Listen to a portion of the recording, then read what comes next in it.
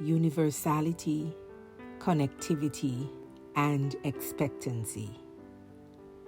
For the creation waits with eager longing for the revealing of the Son of God.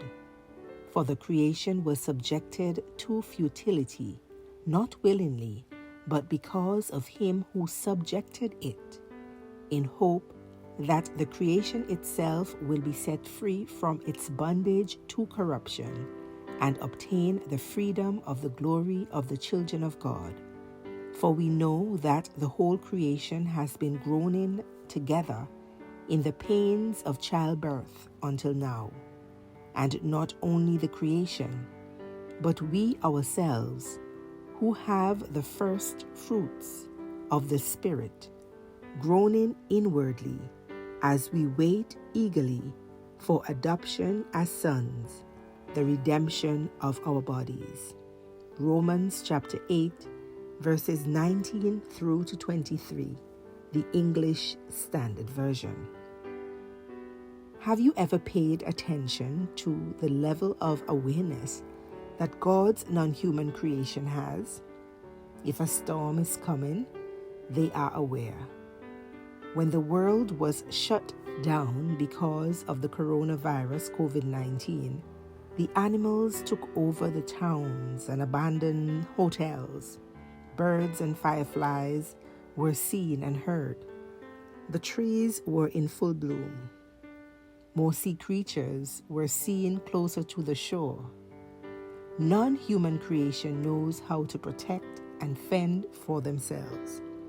This points to God's creative genius and the perfection that went into God's creative order, which, according to the text for today, Romans chapter 8, verses 19 through to 23, has been affected by Adam and Eve's disobedience. God subjected creation to frustration in response to Adam's sin in the Garden of Eden. God did not design creation to suffer. That hardship came after God declared all very good. This original sin has affected all of God's creation. God cursed all of creation in response to human sin, according to Genesis chapter 3, verses 14 and 17 through to 19. What is interesting yet startling about the Apostle Paul's account is that it confirms the universality of sin. Sin brings misery to the entire universe. The word creation captures all God has made and points to the fact that all is suffering. This futility or frustration came when sin entered the world. Sin touches every sphere of life, and what pleases another brings pain to someone else. The text for today, Romans chapter 8, verses 19 through to 23, also points to the connectivity of God's creation. Today, all of creation continues to groan together as in the pains of childbirth. Evidently, the groaning the Apostle Paul references is coming from creation as it suffers in bondage to corruption that has been going on since sin entered into the world.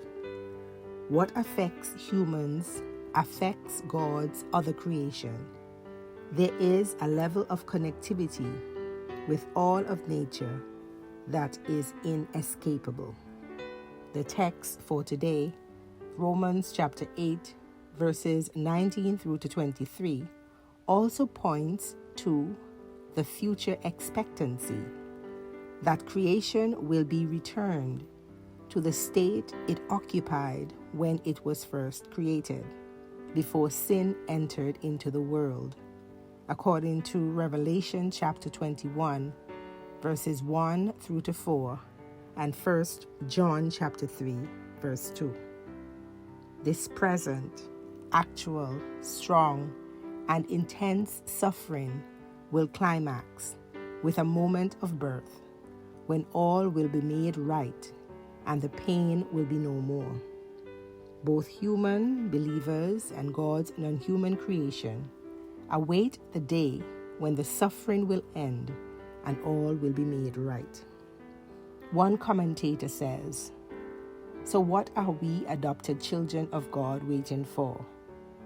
We are waiting for our bodies to be redeemed after we die physically and are then resurrected as Christ was. Or, as one puts it, our adoption is complete. We are just waiting for our Father to come and pick us up so that we can be with Him. Lord, our hope rests in your imminent return. May you find us faithful and not playing church, ritualistic and lacking the power thereof. Amen." You have been listening to Morning Manna with Reverend Bonnie EBW Smith, Superintendent of the Moravian Church Antigua Conference and Minister of Christian Education. Have a terrific Tuesday. God bless you.